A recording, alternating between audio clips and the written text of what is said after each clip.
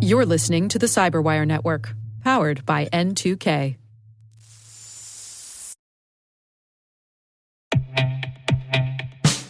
And now, a word from our sponsor, 6sense. 6sense provides award-winning cloud-based automated endpoint and vulnerability management solutions to streamline IT and security operations. With its advanced platform, businesses gain complete visibility and control over their infrastructure, reducing IT and security risks and optimizing operational efficiency. With 6sense, you'll get real-time alerts, risk-based vulnerability prioritization and remediations, and an intuitive automation and orchestration engine so you can focus on your core business goals, confident in the knowledge that your enterprise is secure, compliant, and running smoothly. To learn why enterprises choose 6sense, visit 6sense.com.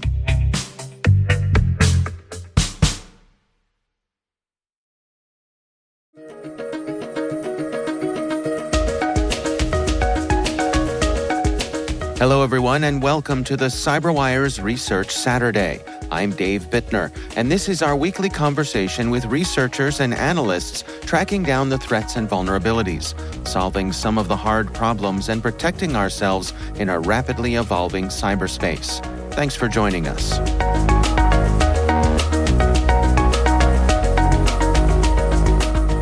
So this group is, to be totally honest with you, one that I inherited and has been tracked in, our space, the call it the vendor threat research space, since roughly 2017, but probably going back further than that.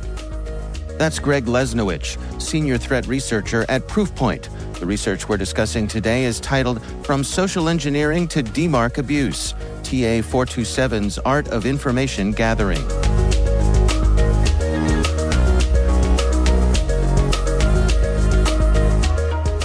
And you can sort of think about it as the West team, or the cluster of activity from the Kimsuki umbrella, if we want to use that term, that targets people like policy experts that work either in government or for NGOs or think tanks. And they send a lot of phishing emails to those people. And so they've been around for a long time. We observed some changes in their tactics and in their targeting, and that led to the blog saying, hey, we think we've seen, enough of a change that we should alert the general public. And part of that comes from the fact that they tend to target a lot of personal addresses and groups and companies that don't necessarily have the most mature or high-end security programs. And so sometimes getting information out to alert that sort of policy and think tank and North Korean watching space can be the best thing to help prevent this group from being successful in their operations. Mm. And you mentioned North Korea. I mean, we're fairly confident in saying here that this is an operation from them. Yes. A big portion of that comes from U.S. government attribution of previous things that we've tracked from this cluster. I would say that there is consensus among those that track North Korean activity full time that this is also North Korea. I see. Well, let's talk about what their particular interests are here. I mean, who are the kinds of people that they're targeting? The kinds of people they're targeting, I think, can really be well described by the kind of people they spoof. Because the kind of people they spoof tend to be very well-known North Korean watchers, if that's, a term that rings a bell for anybody.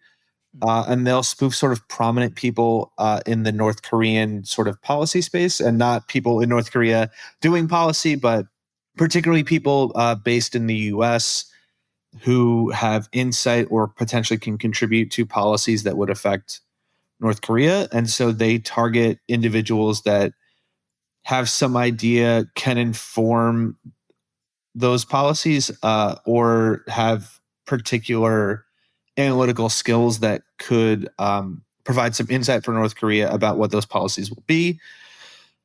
And so something like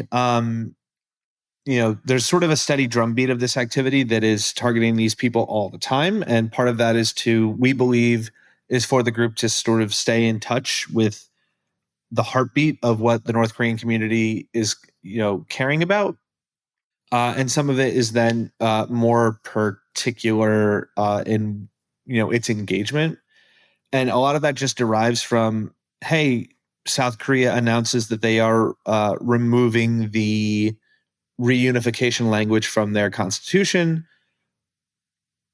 TA427 will then come and ask experts and say, is this actually going to affect policy, or is this just sort of a stance change? They won't ask it as elegantly as I just said it, or as basically as I've just said it. But they tend to have, in my opinion, what they're interested in can be very well derived from the questions they ask in their emails.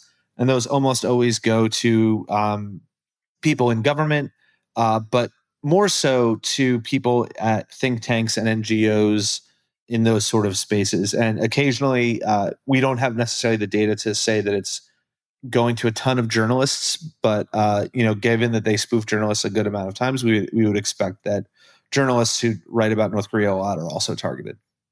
So is it fair to say this is a collegial exchange where they'll reach out to someone and say, "Hey, you're an expert on North Korea's nuclear disarmament. Good news. So am I. Let's talk shop." Yeah, it will definitely tend to start that way. There will tend to be a question or sort of a hook in there, but all of it is not. It ignores all of the things, or avoids all of the things that we tend in like the phishing space to advise people to look out for. There's no talk about accounts. There's no sort of language that is pushy or conveying a sense of urgency, and nor is there an amount of like, hey, you should read this email, like trying to make it seem important. It does a lot to try and blend in compared to how some of the business email compromise emails might do it. And so there will tend to be a question or a topic in there very related to current events surrounding the Korean Peninsula. We, in fact, just saw one today talking about how potential changes in the Japanese majority party and elections in South Korea might affect, quote unquote, policies in Northeast Asia. And so there'll be some amount of, it won't always directly say, hey, how will this affect North Korea? But you can sort of derive that sort of intent. And so there's sort of a bifurcation of things that can happen after that.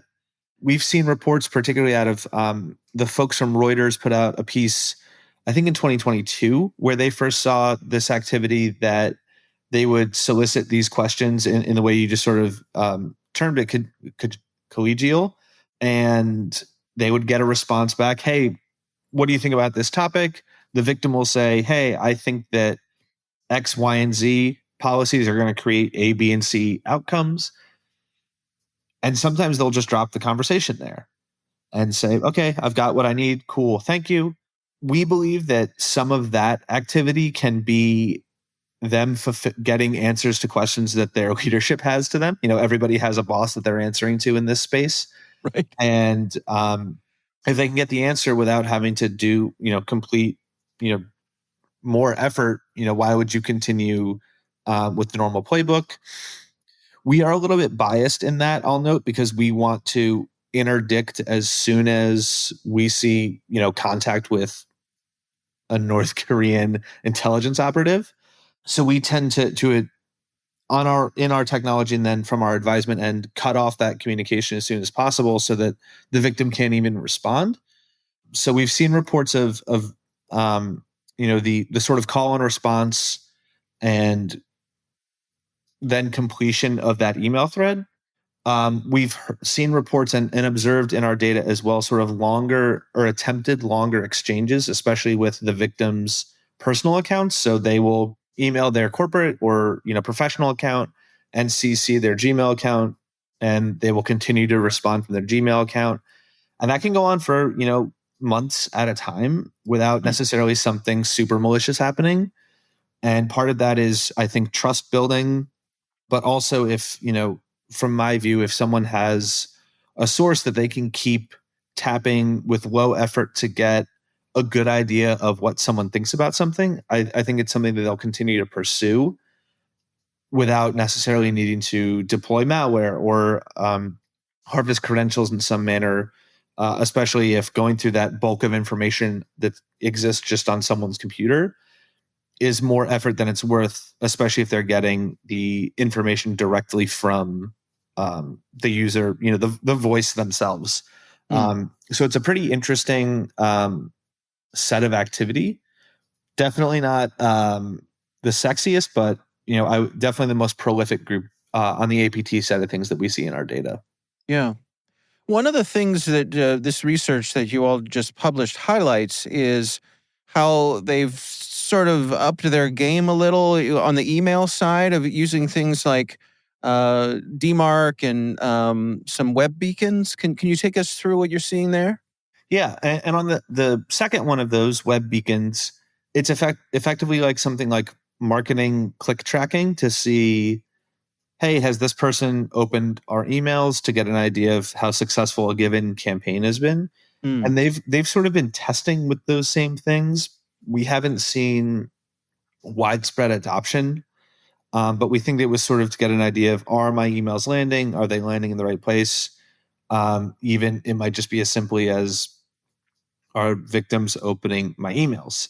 And not something as nefarious as, are they coming out of the right IP address? Or is some other technology, effectively clicking on these links for these people? I see. The second one of these that you mentioned was the DMARC abuse. And that was something that we first started observing in December 2023, effectively coming out of accounts that TA427 is compromised for a really long time.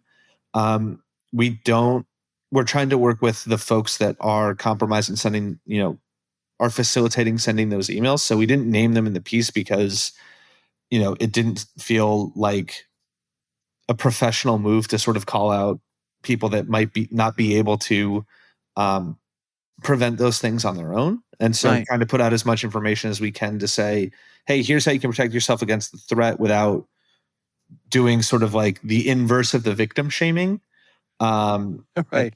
sort of thing. So peeling back a little bit, or stepping back a little bit, DMARC is the thing that was getting used or abused rather in that second instance, where effectively DMARC is an authentication sort of agreed upon protocol in the email space where, if I have my website, call it funhats.com, I can attach a DNS record to that that would be dmarc.coolhats.com that would then provide in the response, if you query it in, I believe, the text record, it would tell you, hey, this has a DMARC policy of X, Y, and Z.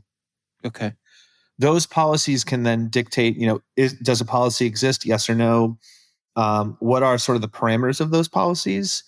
And effectively, the parameters of those policies is where we saw spoofed entities getting abused.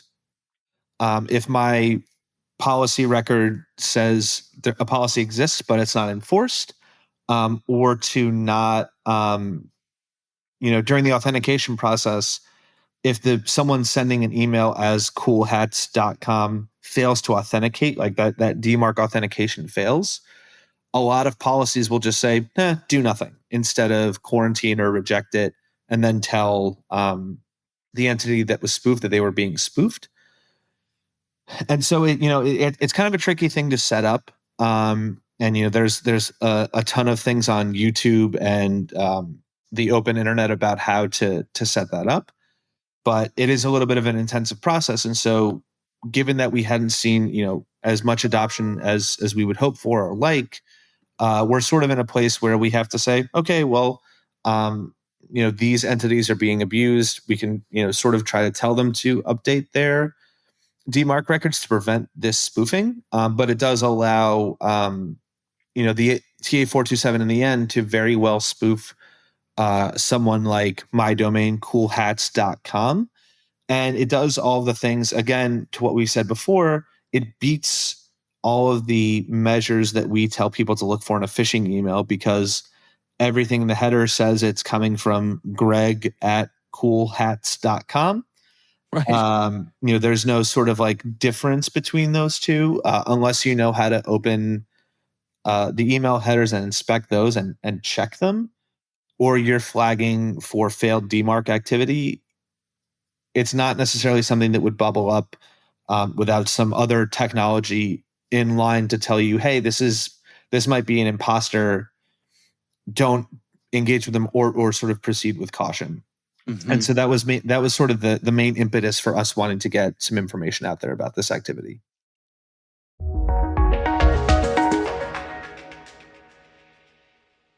We'll be right back.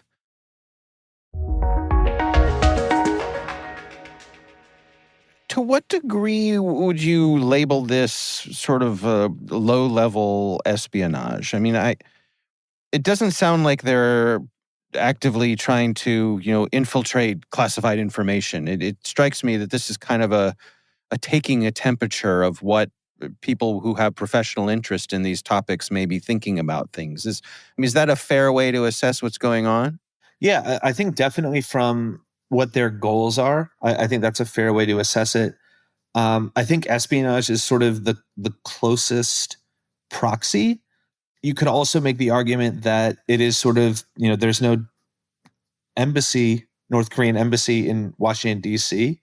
And some of this activity, you could sort of imply that it's replacing that. I know that Jenny Town from Stimson Center has sort of made that point, and I tend to generally agree with it, that it's replacing diplomats and ambassadors being on the ground and rubbing shoulders with sort of the think tank and policy folks on a day-to-day basis, where you might not, if you know someone is North Korean, you might not tell them everything, but they can still potentially attend your talk or listen to your testimony somewhere, and sort of get information that way. And so it definitely feels very human driven rather than like cyber driven espionage. It's sort of just email is just the most convenient vector for it happening. We do see it occasionally leading to credential harvesting or malware infections, which does sort of keep it in that sort of quote unquote cyber domain. And so I think that it just kind of blurs the line because of the inauthentic nature of the activity, and it being, government or state sponsored, that we continue to bucket it as espionage. But it's sort of not as neat as something like, another North Korean group like TA-404, which also could be tracked as Diamond Sleet, targeting defense contractors and trying to steal missile plans. Right. That sort of Right. directly falls into the espionage thing. We don't want that. There are like all sorts of levers that can be pulled about that. And this is just sort of a constant stream of questions that you could very well see the regime asking through sort of a proxy. And, part of it is just telling people to not engage with potentially North Korean citizens and personnel. But to your point, yeah, it sort of doesn't really fit into a neat box of espionage or sort of the non espionage based information gathering that happens at embassies worldwide. Yeah, that's interesting. So, what are your recommendations then? I mean, in terms of strategies for folks to be aware of this, protect themselves, and I suppose part of this is helping spread the word as well. Yeah, and so I think broadly, not everyone, I think, has the same risk profile that academics and people in think tanks and NGOs have for getting random emails from people that, purport to know them. At a narrow focus, if you're in the North Korean watching or think tank or NGO community, those is sort of like the cyberspace, like the cyber threat intelligence, threat research spaces tend to be pretty small. And so even if you don't know that person directly, you probably have a 1 degree or 2 degree of separation to ask through the grapevine to say, hey, did this person actually ask me to write a paper for them, or were they asking my opinion about something, or to attend this event? or was it not them? And we should sort of throw the flag up and tell the rest of the community. The tricky part with this activity as a whole is guidelines and sort of advice to the general public. The only real one that comes to mind is when the sender and the reply to address are different. So if you click, you sort of have to do the dance of in Outlook or Gmail, clicking reply to the email and seeing that the address that sent that email is not the address you're sending something back to. And then going from there to say, okay, the thing that emailed me was coolhats.com to overuse that example over and over again. Right. But it's the actual address that I'm replying to is a Hotmail account. Mm-hmm. Is that sort of disparate and different enough to raise suspicion on my end? And that unfortunately is just something that comes with probably being targeted by these folks before and learning that is something that could happen to you. And to be honest, awareness tends to be, to your last point, awareness tends to be the best way that community has to interdicting and preventing these threats. I'm not in any of these communities, but in engaging with a couple people that are, someone will say, hey, we'll ask someone like a Jenny Town, who's at Stimson Center. She runs a program called 38 North that does a lot on North Korea. And we'll ask, hey, is this your email? This, call it from a free mail provider. Is this you, or is this, North Korea, for lack of a better term? Right. She'll say, no, I don't control that account. And then on our end, we'll do sort of our normal technical work. The think tank folks will then go spread the word, say, hey, be on the lookout for this email address because it's not actually me. Don't reply to anything. Certainly don't reply and antagonize them.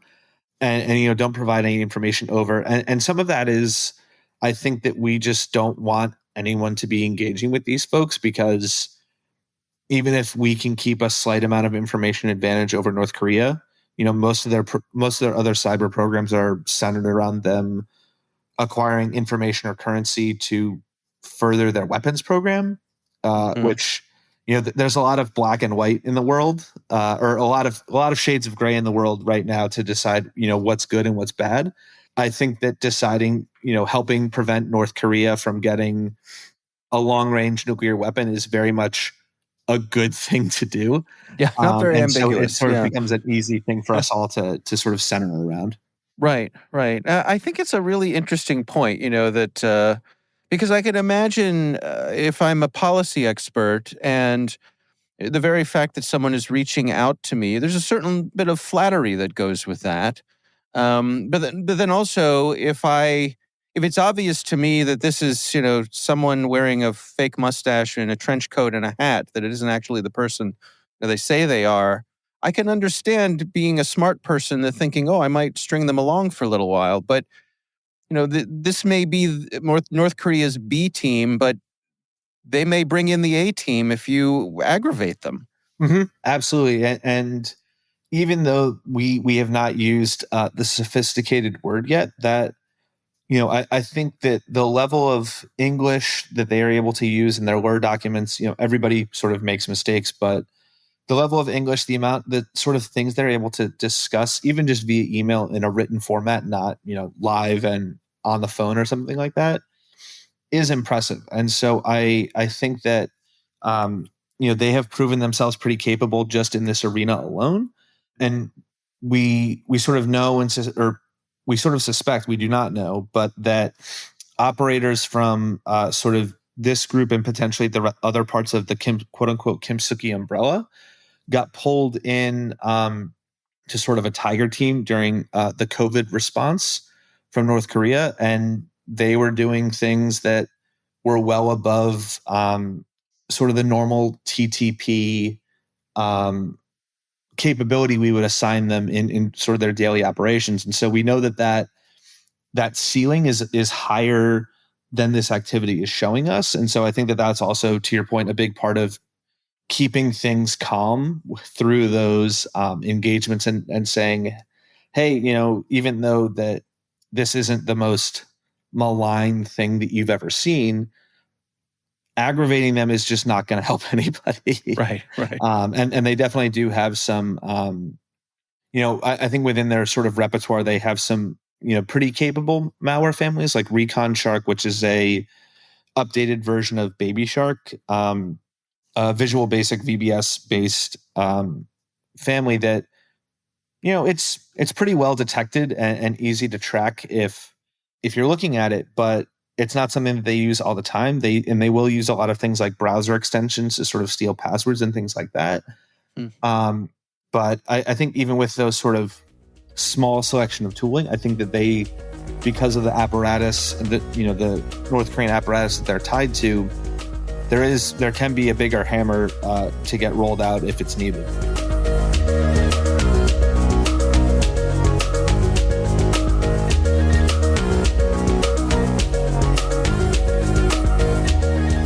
Our thanks to Greg Lesnowich from Proofpoint for joining us.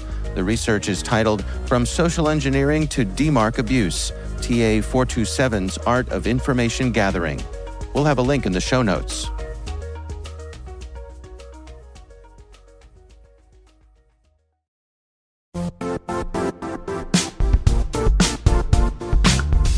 Don't struggle to align your organization's cybersecurity with business risk. Get the only solution that goes beyond reacting to threats with vulnerability and risk monitoring. You need the next evolution of MDR, and only Critical Start delivers it. Critical Start doesn't just monitor and respond to threats. They put you in control by detecting suspicious activities, quickly responding to contain threats, and identifying your most critical assets and protecting them against vulnerabilities and exposures. With continuous visibility, expert guidance, and measurable risk reduction, Critical Start has redefined what it means to manage cyber risk. Demonstrate provable security maturity to your leadership while positioning your program to achieve the greatest risk reduction per dollar spent. Stop fearing risk and start managing it with Critical Start. Visit criticalstart.com and request a demo today. That's criticalstart.com.